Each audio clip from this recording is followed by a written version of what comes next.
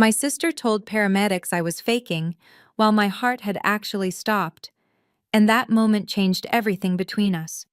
She's just faking it for attention. She does this all the time. Ma'am, we need to check her vitals right now. No, seriously, she's fine. She's done this since we were kids. Her pulse is barely detectable. Step back immediately. You're all overreacting. She just wants everyone to feel sorry for her. My sister told paramedics I was faking while my heart had actually stopped. Hi, I'm Clarissa. Growing up with my sister Eleanor was like living with someone who viewed life as a zero-sum game, where only one of us could win.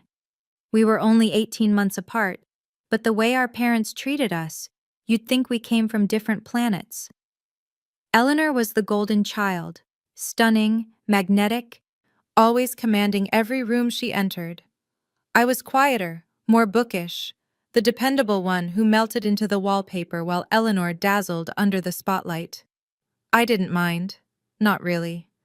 I loved my sister despite her constant need to be center stage. I cheered at her cheerleading competitions, helped with the homework she couldn't be bothered finishing, and covered for her when she climbed out her window to meet college boys. I thought that's what sisters did. I thought eventually we'd outgrow the rivalry that felt so lopsided, her competing against me while I just tried to be her friend. But Eleanor never outgrew it. If anything, the jealousy intensified as we aged. When I got into Stanford with a full scholarship, Eleanor locked herself in her room for a week and screamed that our parents loved me more. Never mind that she could have applied to the same university but chose not to because the application was too complicated. When I graduated summa cum laude and landed a position at Morrison & Associates, a top corporate law firm in San Francisco, Eleanor told everyone I was a soulless workaholic with no social life. When I got engaged to my boyfriend Derek, a gentle-hearted software engineer I'd met at a mutual friend's barbecue, Eleanor crashed the engagement party and announced she was expecting. She effectively hijacked all the attention. 2 weeks later, right before we were supposed to mail wedding invitations, she miscarried. The timing was convenient enough that I suspected she'd fabricated the entire pregnancy, but I couldn't prove it and felt monstrous even considering it. Our parents enabled her completely. They rationalized every manipulative stunt Eleanor pulled, attributing it to her being more sensitive and emotionally expressive than me. They expected me to be understanding, to be the mature one, to perpetually forgive and forget because that's what family does. I tried for 32 years. God knows I tried. The real nightmare began when I developed heart problems. I'd been feeling off for months, experiencing chest pains, breathlessness, and dizzy spells. Initially, I chalked it up to wedding stress and the grueling hours at Morrison & Associates. But eventually, the symptoms intensified enough that I scheduled an appointment with a cardiologist. The diagnosis was terrifying. Dr. Harrison Fletcher, a renowned cardiologist at California Pacific Medical Center, delivered news that made my world tilt sideways. I had a congenital heart defect that had gone undetected my entire life. The walls of my heart were dangerously thin, putting me at severe risk for sudden cardiac events. I want to schedule surgery as soon as possible, Dr. Fletcher said, his expression grave. This condition is life-threatening. I was terrified. Surgery on my heart? I asked if we could try managing it with medication first, and he reluctantly agreed with strict orders to report any concerning symptoms immediately. I told my family about the diagnosis at our usual Sunday dinner at Mama Rosa's, our favorite Italian restaurant in North Beach. I'd debated staying silent, knowing Eleanor would somehow weaponize my illness, but my parents needed to know in case something catastrophic happened. Eleanor's response was exactly what I'd anticipated. Oh, please. There's nothing wrong with your heart. You're just anxious about the wedding.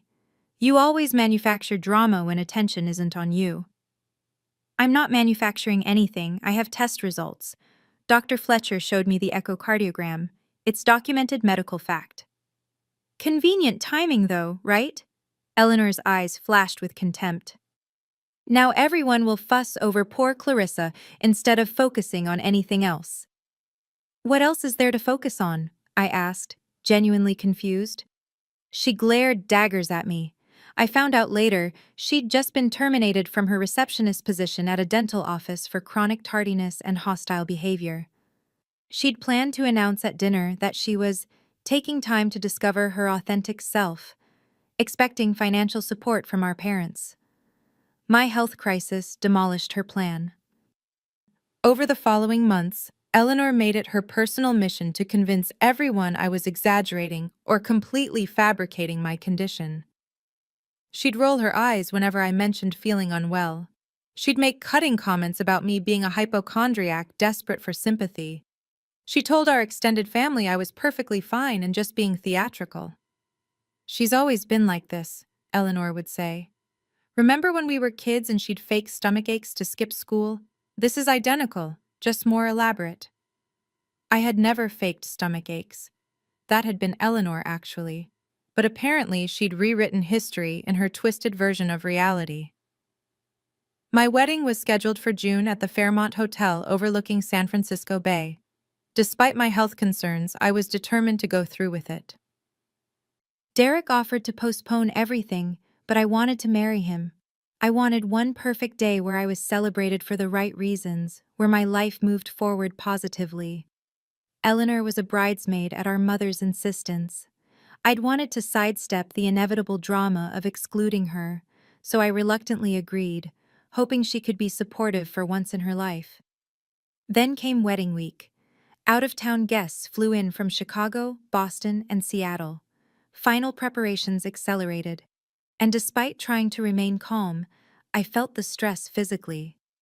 My heart had been misbehaving more frequently, strange flutters and skipped beats that Dr. Fletcher warned me to monitor carefully. The rehearsal dinner was at Boulevard, an upscale restaurant near the Embarcadero. Everything was perfect until it wasn't. Derek's family had traveled from Portland and Sacramento. My extended family filled half the restaurant, and the wedding party buzzed with excitement. Everything felt magical until halfway through the entrees when something went catastrophically wrong inside my chest. My chest constricted violently. My left arm tingled with pins and needles. The room seemed simultaneously too bright and too dark, like someone was playing with the dimmer switch on reality.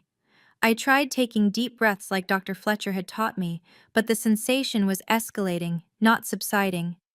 "I don't feel right," I whispered to Derek. "Something's very wrong." He immediately shifted into protective mode. "What kind of wrong? Your heart?" "I think so. It feels different than usual." "Worse." Derek signaled for the check and told his family we needed to leave immediately. Eleanor, eavesdropping from across the table, rolled her eyes with theatrical exaggeration.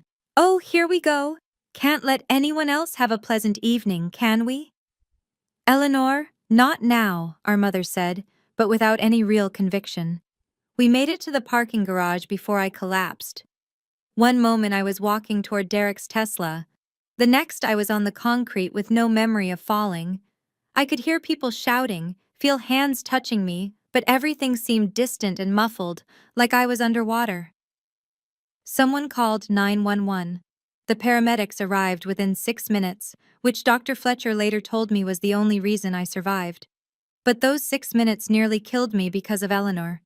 I was barely conscious, but I could hear her talking to the paramedics as they tried to assess me. "She's just faking it for attention. She does this all the time. Ma'am, we need to check her vitals right now." "No, seriously, she's fine. She's done this since we were kids."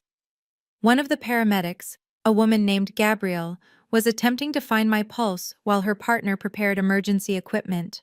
"Her pulse is barely detectable. Step back immediately." "You're all overreacting. She just wants everyone to feel sorry for her. This is ridiculous. You're all enabling her attention-seeking behavior." "Ma'am, if you don't step back right now, we'll have you removed from the scene. This woman is in cardiac distress."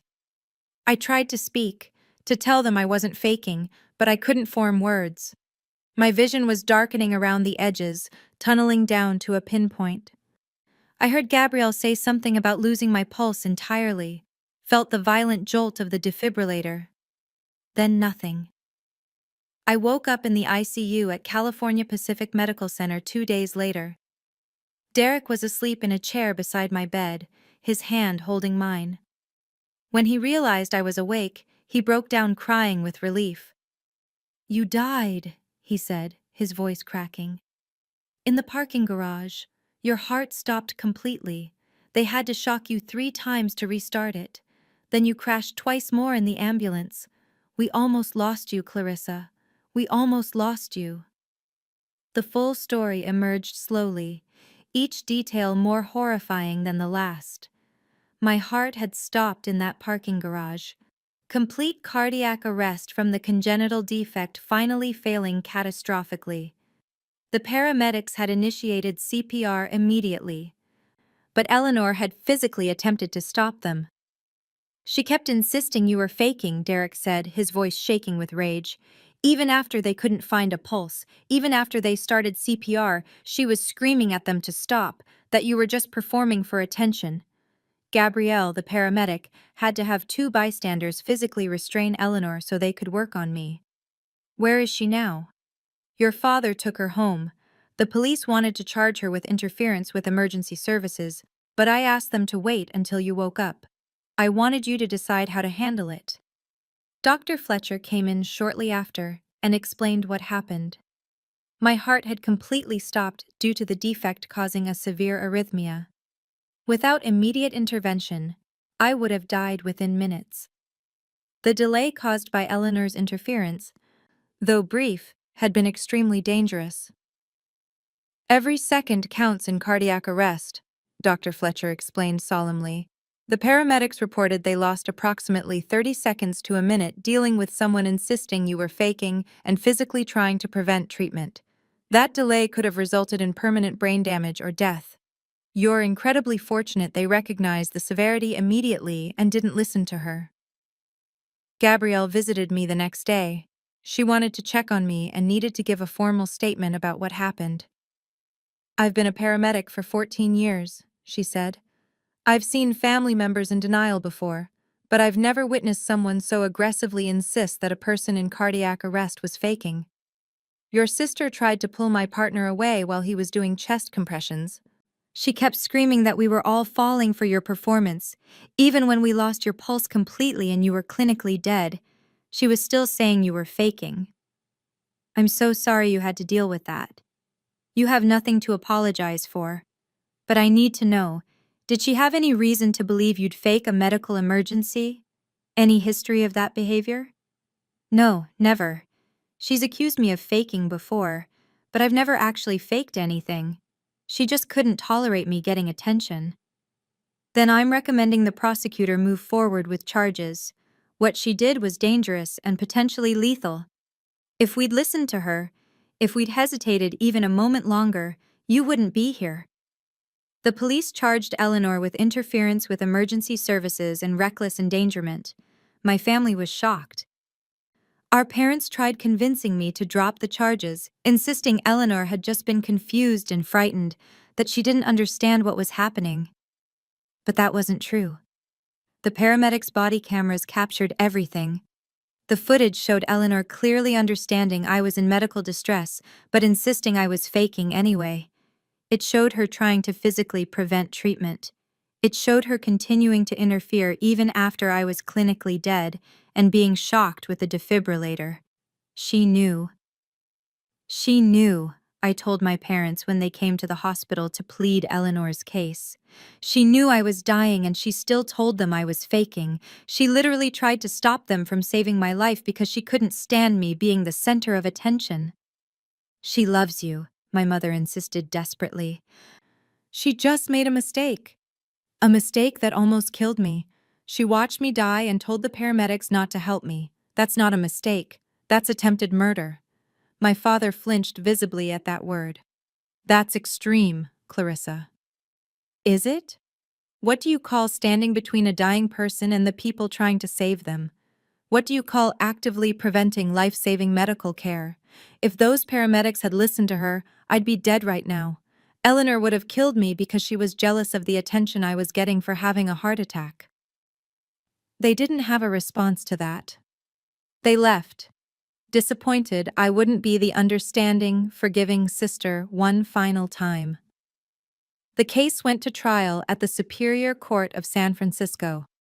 Eleanor's lawyer, a slick defense attorney named Bernard Lawson, tried arguing she'd been in shock and not thinking clearly, that she genuinely believed I was faking due to what he claimed was a pattern of attention-seeking behavior on my part. My lawyer, Amanda Chen, demolished that argument by presenting my complete medical history, demonstrating I'd never faked an illness, never sought unnecessary medical attention, and had actually delayed seeking help for my heart condition until it became critical. The body camera footage was played in court. Watching it was surreal and horrifying. I saw myself collapse, saw the paramedics rush to help, saw Eleanor pushing forward and insisting loudly that I was faking, that this was typical behavior, that everyone should ignore me. "Ma'am, she has no pulse," Gabrielle said clearly in the footage.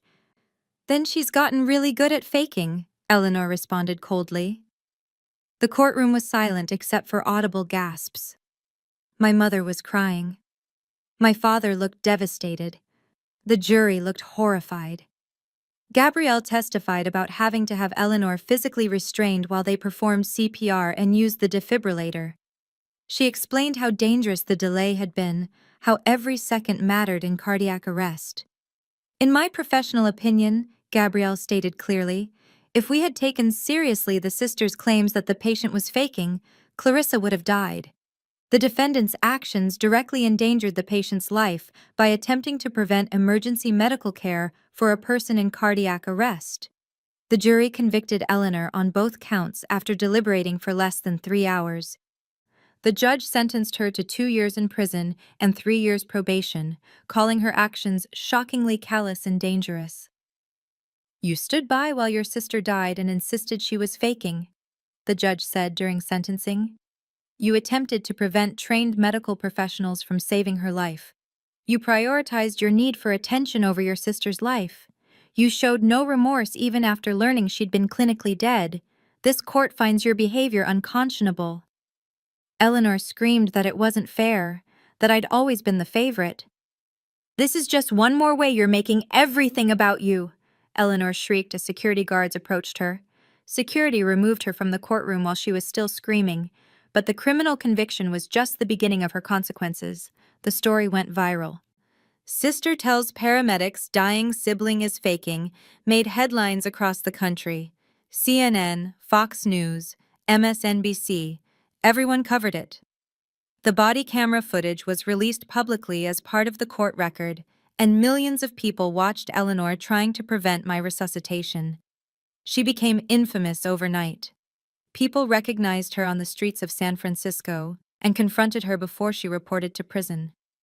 She lost the few friends she had left. Our extended family was horrified and severed ties with her. Even our parents, who'd enabled her for decades, finally had to confront what she truly was. "We failed you," my mother told me months later, after Eleanor had started her prison sentence. "We let Eleanor get away with so much because it was easier than dealing with her tantrums.